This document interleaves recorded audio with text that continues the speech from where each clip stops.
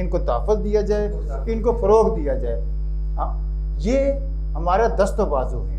آج کا کی اردو جو ہے نا جی، پہلے کی اردو تھی اس میں عربی کی انڈکشن تھی، فارسی کی تھی، ہندی کی تھی. آج کی اردو کے اندر پنجابی ہے، سرائیکی ہے، بلوچی ہے، سندھی ہے. یہ ان ساری زبانوں کا مرکب ہے. یہ ساری زبانیں پاکستانی زبانیں ہیں، یہ ساری زبانیں ہم سب کی زبانیں ہیں، اور یہ محبت کی زبانیں ہیں ساری. ہم انگریزی کو اس ملک کے جبراً نفاذ کو تسلیم نہیں کرتے، بالکل تسلیم نہیں کرتے ہیں. اس کو قائد اعظم رحمۃ اللہ علیہ کی بصیرت کے خلاف سمجھتے ہیں، 22 کروڑ لوگوں کی مرضی اور منشا کے خلاف سمجھتے ہیں. دستور پاکستان کی شق 251 یہ طے کر چکی ہے کہ انگریزی کا اس ملک سے کوئی لینا دینا نہیں ہے. اور 8 ستمبر 2015 کا فیصلہ اس بات پر مہر لگا گیا ہے کہ بھئی اس ملک میں انگریزی کا کوئی لینا دینا نہیں ہے. یہ جو لوگ انگریزی کی پشت پناہی کر رہے ہیں یہ دراصل انگریزوں کے جو جابرانہ اور ظالمانہ نظام تھا اس کا تسلسل ہے. اور میں آپ کو یہ بھی بتا دوں کہ انگریزوں کے آنے سے پہلے بر صغیر کی شرح خواندگی 90% تھی، جبکہ اس دور میں یورپ کی شرح خواندگی 50% نہیں تھی. ہماری جی ڈی پی اس وقت 23% تھی اور یورپ کی جی ڈی پی اس وقت 4% تھی. انہوں نے ہمارے آباء و اجداد کو بے عزت کیا، انہوں نے ہمارے ایک تہذیب کو تباہ کیا. ایک ترقی یافتہ دیکھو نا، دشمن داری ہے. سازش کیا ہے؟ سازش چھپ کے ہوتی ہے، یہ تو دشمن داری ہے. وہ ہمارے وسائل کو لوٹ کے لے گئے. وہ یہاں کے نوکریاں کرتے تھے نا، ایسٹ انڈیا قومی تو بعد میں بنی ہے، وہ ہماری نوکریاں کرتے تھے نا. دیکھیں جس زمانے میں کابل سے لے کر دلی تک زیر زمین سڑک بنی ہے مغلوں کے دور میں، ان کے تو بابا نے بھی نہیں سوچا تھا اس وقت. جو بادشاہی مسجد کا ڈیزائن ہے، جو بادشاہی مسجد دلی کا ڈیزائن ہے، جو بادشاہی مسجد لاہور کا طرز تعمیر ہے، جو معیار تعمیر ہے، وہ تو آج یورپ آج تک پیدا نہیں کر سکا. اور ہمیں یہاں کچھ جائے لوگ ٹی وی پہ بیٹھ کے کہتے ہیں جی ان کو آتا کوئی نہیں، جی ان کے پاس تو ہنر کوئی نہیں ہے. یہ سارے ہنر تو ہم نے سکھائے ہیں. حکیم سعید کی کتابیں آپ پڑھ کے دیکھ لیں، یہ ساری جو وہاں پر میڈیکل کی ترقی ہے وہ تو سارے مسلمان جی یہ چوری کی ہے. وہ بہت بڑے سب سے بڑے چور ہیں جو کتاب سے آپ ریفرنس لے رہے ہیں، اس کتاب کا حوالہ نہیں دے رہے ہیں. ٹھیک ہے، یہ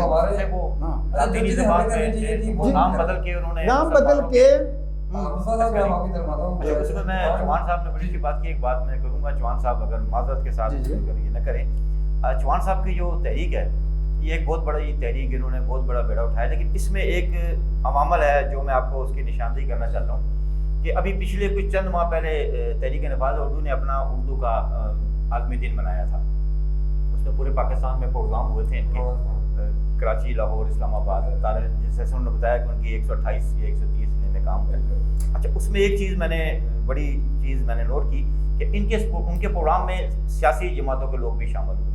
اس میں ایم کیو ایم کے بھی تھے، کاف لیگ کے بھی تھے، اور کوئی سینیٹر بھی تھے. اچھا، یہ ایک چیز مجھے بڑی وہاں پہ ہوئی کہ وہ ان کے تحریک نفاذ کے اسٹیج پہ کھڑے ہو کے وہ ان کو یقین دہانی کرا رہے تھے کہ ہم انشاءاللہ جب جائیں گے پارلیمنٹ میں، یا ہم جب وہاں پارلیمنٹ میں جائیں گے وزیر اعظم سے بھی بات کریں گے، ہم تحریک نفاذ اردو کو نافذ کروں گا. اچھا، اس میں میرا ایک سوال ہے چوہان صاحب سے کہ اس میں کاف لیگ بھی شامل ہے اور ایم کیو ایم بھی شامل ہے. میں ان کو خصوصاً ان کا نام کوٹ کروں گا کہ کاف لیگ جو ہے اس کی جماعت جو ہے پاکستان مسلم لیگ قائد اعظم ہے، وہ ہے بھی مسلم لیگ قائد اعظم کے نام پر. وہ اس ٹائم سٹنگ گورنمنٹ میں بھی ہے اور اس سے پہلے بھی سٹنگ گورنمنٹ میں ہوتی ہے. تو میرا یہ سوال ہے کہ یہ لوگ جب پارلیمنٹ میں ہوتے ہیں تو اس ٹائم نفاذ اردو کو کیوں نہیں جو امپلیمنٹ کرواتے؟ پارلیمنٹ میں کیوں کھڑے ہو کے یہ نہیں کہتے کہ جی ایک آئینی جو ہے شک ہے، اپنی اس آئین کو سسپینڈ کیا ہوا ہے، لہٰذا نفاذ اردو کو امپلیمنٹ کروائیں، اس کو سرکاری زبان نافذ کروائیں. ان کی زبانیں خاموش ہوتی ہیں، لیکن جب تحریک نفاذ کے پلیٹ فارم پر آتے ہیں تو وہ یقین دہانیاں کراتے ہیں. ایسے ہی ایم کیو ایم کے اپنا فاروق ستار صاحب ہیں، وہ تو ہیں بھی اردو بولنے والے، وہ بھی ان کے اسٹیج پر جا کے یقین دہانی کراتے ہیں. لیکن جب وہ بھی ہر دور میں سٹنگ گورنمنٹ میں رہے ہیں، جب سٹنگ گورنمنٹ میں ہوتے ہیں تو ان کی زبانیں خاموش ہوتی ہیں. تو ایسے عوامل جو ہوتے ہیں، یہ بھی ایک ایسا مافیا ہے جو تحریک نفاذ اردو کو ڈیمیج کرے گا.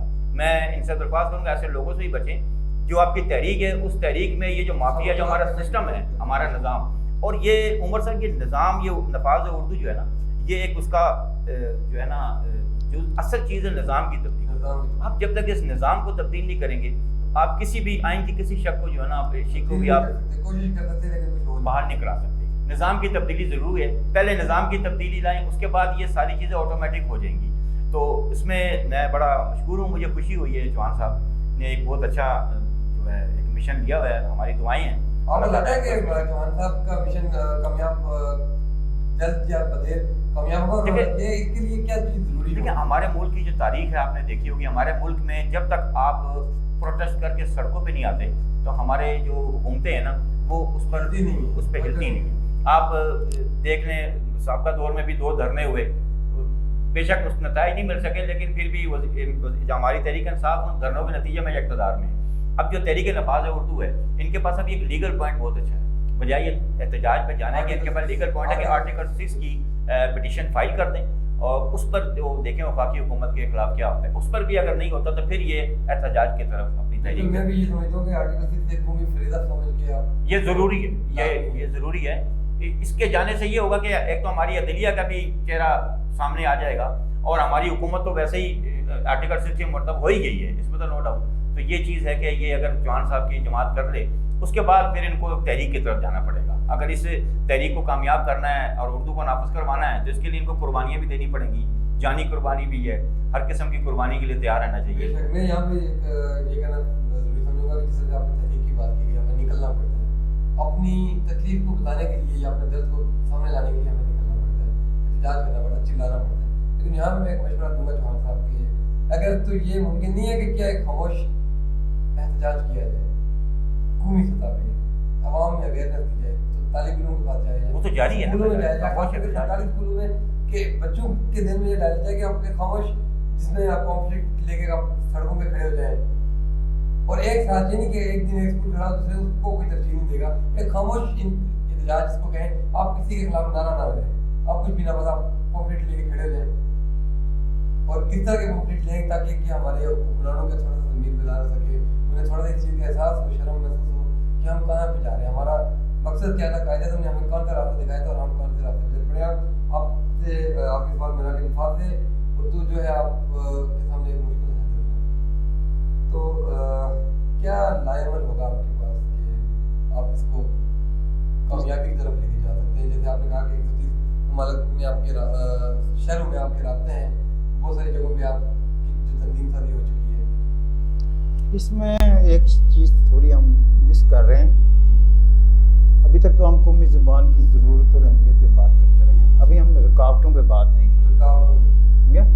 اصل میں پہلے ہمیں جائزہ لینا پڑے گا کہ اس اتنے اہم مسئلے کی جب دستور میں چیزیں موجود ہیں، سپریم کورٹ کا فیصلہ موجود ہے، قائد اعظم کی نصیحت ہے وہ موجود ہے، قومی اتفاق رائے موجود ہے، تو پھر یہ کام کیوں نہیں ہو رہا؟ رکاوٹ کیا ہے؟ ہاں، تو جیسے میں نے پہلے بھی بات کی تھی کہ چونکہ حکومت ہمارے ملک میں یہ نواز شریف صاحب، عمران خان صاحب اور بھٹو صاحب نہیں کرتے، یہاں حکومتیں یا آمروں نے کی ہیں، اسٹیبلشمنٹ مطلب یا ضیاء الحق حکمران تھا یا مشرف حکمران تھا یا ایوب خان حکمران تھا، یا پھر یہ سول کپڑے والے جو منشی ہیں نا یہ حکومت کرتے ہیں، یہ جن کے پاس اتنی کتابیں اٹھائی ہوتی ہیں نا انہوں نے قانون اور قاعدوں کی، یہ جو جس کو بیوروکریسی کہتے ہیں، یہ ہماری زبان میں یہ منشی ہیں، ٹھیک ہے، یہ منشی حکومت کرتے ہیں۔ انگریزی اگر درمیان سے ہٹ جائے نا تو عمران خان کو پتہ چل جائے گا کہ یہ کیا کر رہے ہیں۔ انہوں نے قانون قاعدہ انگریزی کے اس زبان میں بنایا ہوا ہے کہ آپ کوئی 4 PhD لے آئے انگریزی، جنہوں نے انگریزی میں PhD کی ہے، وہ 2 صفحے اس کے پڑھ کر ترجمہ نہیں کر سکیں گے۔ مطلب ایسے اصطلاحات استعمال کی گئی ہیں انگریزی کی کہ PhD انگریزی جو کر کے بھی بندہ یہ قانون قاعدے نہیں سمجھ سکتا۔ یہی ایک ہتھیار ہے کہ یہ ہمارے جن کو ہم حکمران بنا کے بھیجتے ہیں یہ ان کے اوپر حکومت کرتے ہیں اور اس ملک کے وسائل کو لوٹ رہے ہیں۔ سارے منشیوں کے بیرون ملک اثاثے ہیں، منشی ہیں نا سیکٹری اور ایڈیشنل سیکٹری. ارباب ہاں کہہ دیا تھا کہ ہم بیوروکریسی کو کنٹرول نہیں کر سکتے. ہاں جی جی کہ ہم بیوروکریسی کو کنٹرول نہیں کر سکتے, اسی بیوروکریسی کے ساتھ آپ کو برداشت دیکھیں نا کیوں, اس کی وجہ یہی ہے نا, اس کی وجہ ہے انہوں نے ان کو ادھر سے گلے سے پکڑا ہوا ہے, ان کو قانون قاعدوں سے ڈرا کے, اس انگریزی سے ڈرا کے.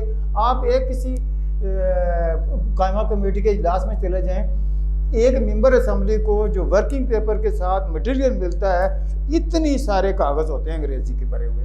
وہ لالا جی نے تو کبھی زندگی میں 2 لائنیں نہیں پڑھی, وہ تو اخبار کو سرخیاں پڑھتے ہیں. اتنی کتابوں کون پڑھے گا؟ یہ سب ڈھکوسلا ہے. اور حکمرانوں کے اوپر حکمرانی کرنے کے لیے یہ سب سے بہترین اختیار ہے انگریزی کا. نمبر 1 اصل میں وہ ٹھیک کہا چوہان صاحب نے. بیسکلی جو بیوروکریسی ہے نا ہماری, وہ اس ٹائم ہمارے ملک میں پورا نظام بیوروکریسی چلا رہی ہے. اس کی وجہ ہے کیا کہ ہماری جو پولیٹیکل گورنمنٹ ہے یا پولیٹیکل جماعتیں ہوتی ہیں وہ اللہ ماشاء اللہ وہ جہلوں کے ہاتھ میں, وہ پڑھے لکھے ہوتے نہیں ہیں. انگوٹھا لگانے والے بھی پارلیمنٹ کا ممبر بن جاتا ہے. اب مسئلہ یہ ہوتا ہے اس کے بعد پھر سارا ملک کا نظام بیوروکریسی چلاتی ہے. آپ کے سیکریٹریٹ میں جتنی بھی اسمبلیز ہیں آپ دیکھیں وہ سیکٹری تیار کرتا ہے, منسٹر کو چیز کا پتہ ہی نہیں ہوتا. یہی وجہ ہے کہ بیوروکریسی حاوی ہے اور سیاستدان جو ہے نا ٹریپ ہو رہے ہیں اور وہ ان گیم کو نہیں سمجھ رہے ہیں. اور میری یہ آپ کو بتاؤں اپیل ہے, میری وزیر اعظم صاحب اگر اس ملک میں چاہتے ہیں تو ان کو بیوروکریسی پہ لگام ڈالنا پڑتا, پھر جا کے اس ملک میں وہ اصل معنی میں تبدیلیاں لا سکتے ہیں. تو اس کے بغیر بیوروکریسی کو جب تک وہ کنٹرول نہیں کریں گے تو بے معنی ہوگی ہر چیز. بہت شکریہ مصطفیٰ صاحب. ناظرین, یہاں پہ ہم اقبال اشرف صاحب کے شعر کے ساتھ اپنے پروگرام کا اختتام کریں گے. بڑی خوبصورت باتیں کی ہمارے مہمان نے کہ کیوں مجھ کو بناتے ہو سب کا نشانہ, میں نے تو کبھی خود کو مسلمان نہیں مانا. مجھ کو سب کا نشانہ بنایا جا رہا ہے, لیکن میں یہ تو نہیں کہتی کہ میں مسلمان ہوں, میں تو سب کچھ نہیں ہوں. دیکھا تھا میں نے